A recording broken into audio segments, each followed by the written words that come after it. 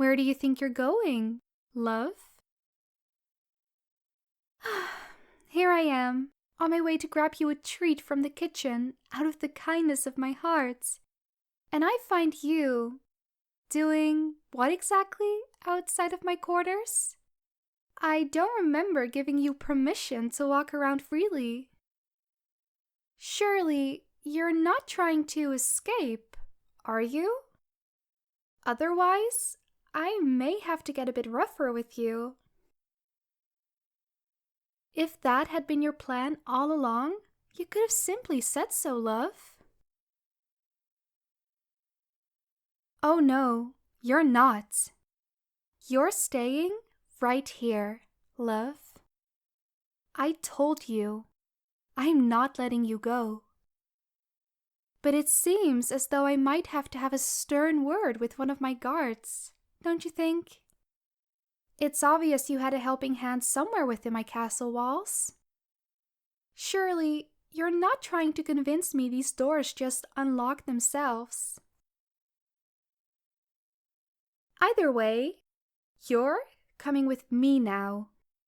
And don't even try to struggle. I've had enough of your foolery. If you bother me any more, I won't be very gentle. I can promise you that much, love. So, be good now and keep up. This is the reason I don't trust people. You were behaving so well. I was even willing to get you a treat. I was going out of my way to give you something nice. Rather than sending a servant, I was even willing to get it myself. That's how good you were. But of course you had to act up. Of course you just can't accept that this is the best for all involved. Of course now I'm the bad one, so terrible for kidnapping you. Nobody ever sees the bigger picture. Look at it this way. In the time you've been here, who has gotten hurt? The war was laid off, just as I planned. And had you behaved better, not even you would have to endure any pain. Your disrespect, however, has more than earned you this treatment. You could, just as well, have been a good little royal hostage. But no, you just had to be stubborn. You just had to try to escape. Do you really think I'm enjoying this? Do you think I like having people betray me? Having to sanction them? You brought this upon yourself, love. And there is nobody but you to blame.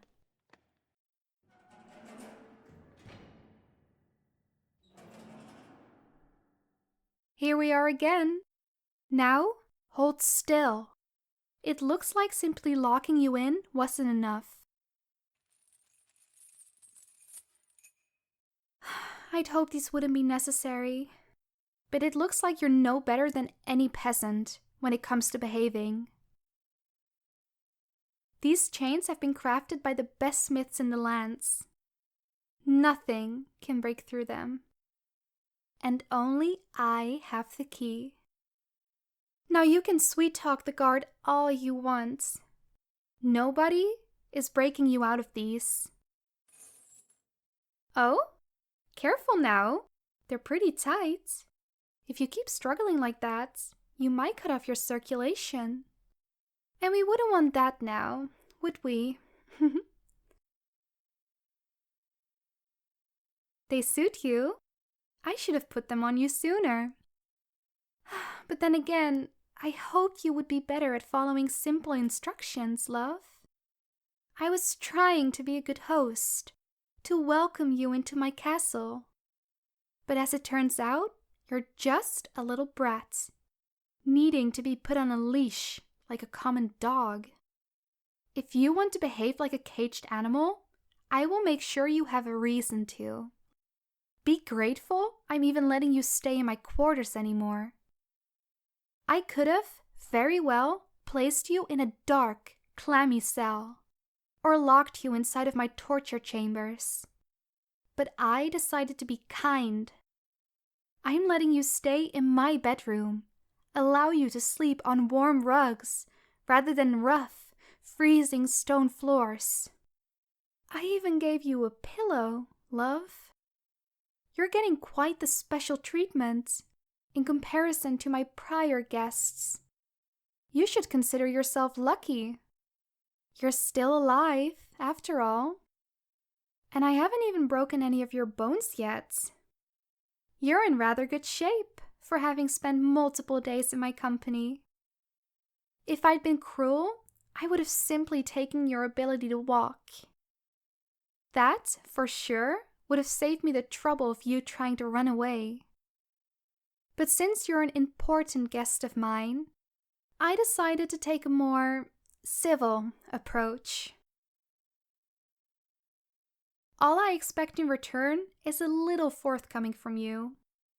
This may not be what you're used to, but trust me, love, it's infinitely much better than what I normally do. Had I treated you like any other traitor, your frail, royal little body wouldn't even have been able to take it, breaking after only a few hours. You're weak, love. Treated with silken gloves all of your royal life.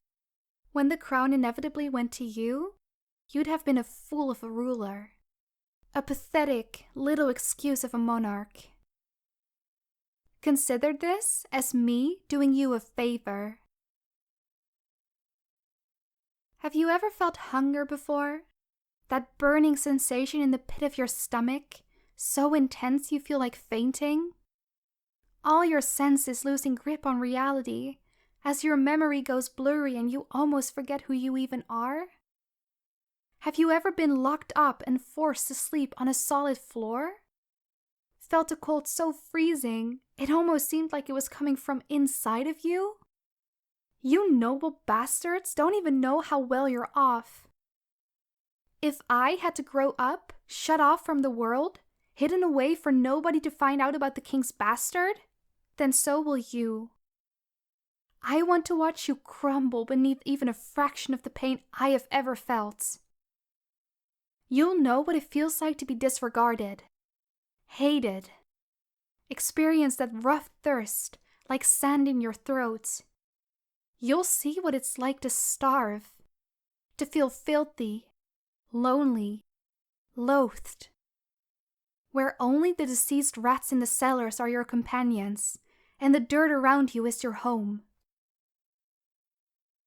You, my love, will suffer in so many ways, and I promise you, if you get out of here alive, you'll be a stronger person for it, a true leader, somebody who has felt pain, bitterness, and torture. Go ahead, love. Thank me for it. Or curse me if that makes you feel any better. I couldn't care less. In the end, you're utterly meaningless to me. Just another nuisance in my way. Who in the hell do you even think you are? To try and escape me? Oh, darling, from now on, I'll be making sure you know exactly where you stand.